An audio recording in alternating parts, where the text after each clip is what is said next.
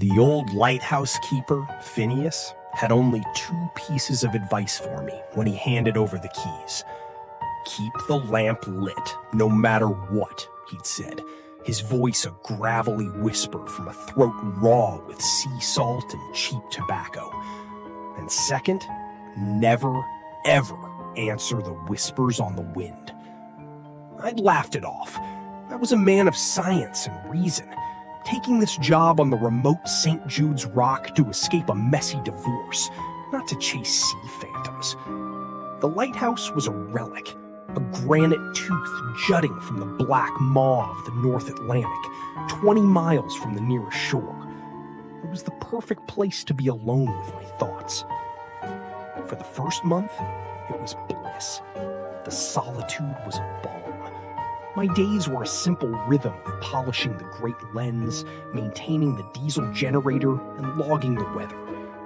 The nights were spent in the warm glow of the lamp room, reading novels as the beam cut its silent, sweeping path across the endless dark water. The whispers started in the second month. At first, it was just the wind, a high, mournful cry as it whipped around the tower. But then, within that cry, I began to hear something else. A faint, sibilant hiss, like a secret being shared just at the edge of hearing. I'd pause, straining my ears, but it would be gone, replaced by the familiar howl of the gale. I blamed the isolation. My mind, starved of human contact, was simply creating patterns from noise. Then came the tapping. It was a light, rhythmic tap, tap, tap against the glass of the lamp room. This was impossible. I was 200 feet up. No bird could hover in these winds, and the rain, even in a squall, was a frantic drumming, not this deliberate, patient knocking. The first time I heard it, I scrambled outside onto the narrow walkway, my heavy coat flapping wildly. There was nothing but the storm. The tapping stopped the moment I opened the door and started again the moment I closed it. Tap, tap, tap. I spent a week sleeping in the kitchen on the ground floor, unable to bear the sound. But the whispers found me there too. They seemed to slither up from the sea-drenched stones of the foundation, curling under the door. They weren't words, not yet, just sounds.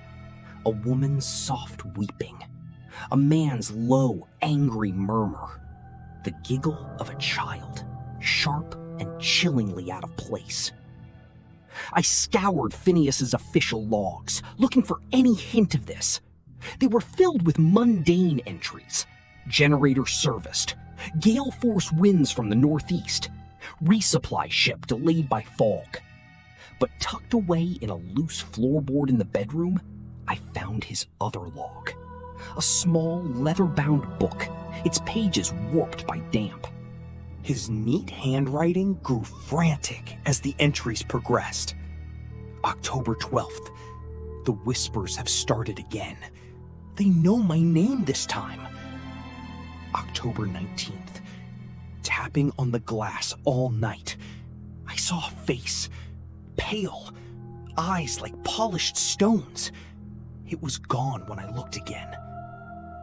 November 3rd. They're singing now. A song from the deep. It promises release.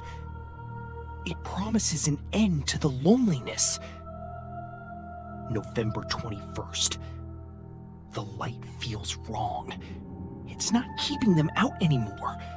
It's showing them the way in. His last entry was a single, shaky sentence.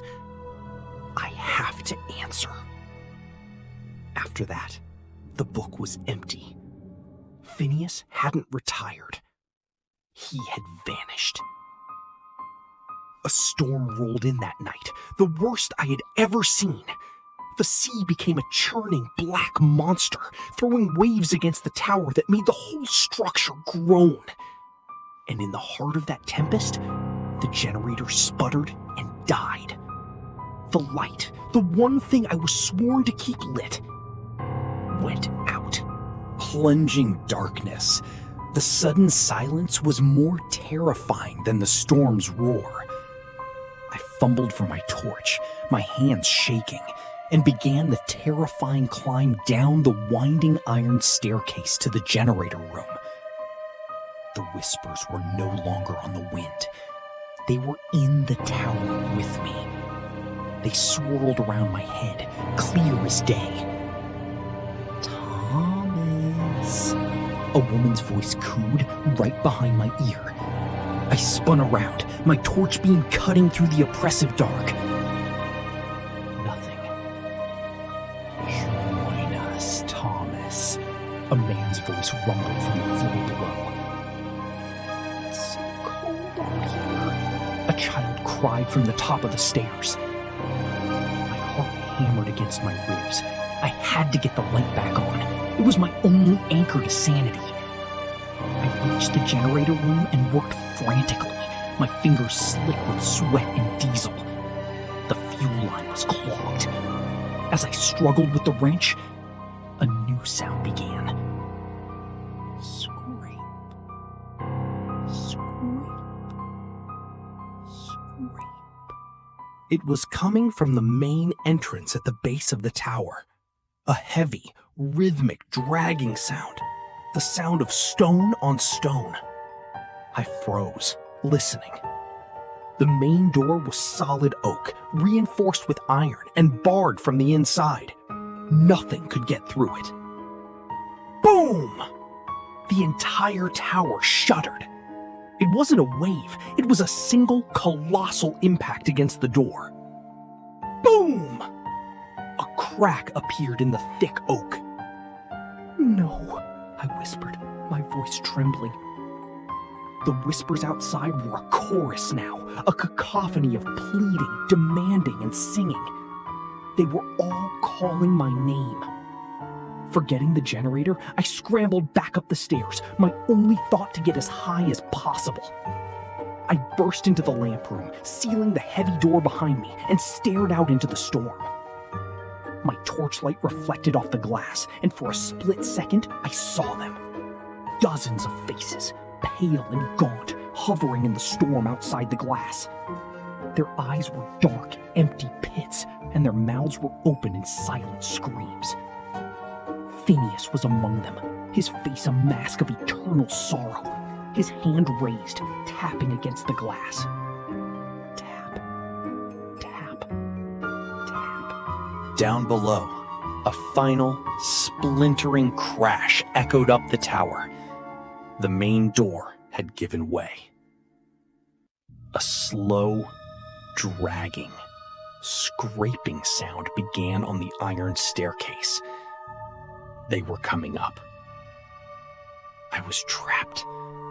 I looked from the horrifying faces outside to the sealed door to the staircase. I could hear the wet, dragging footsteps getting closer. One flight.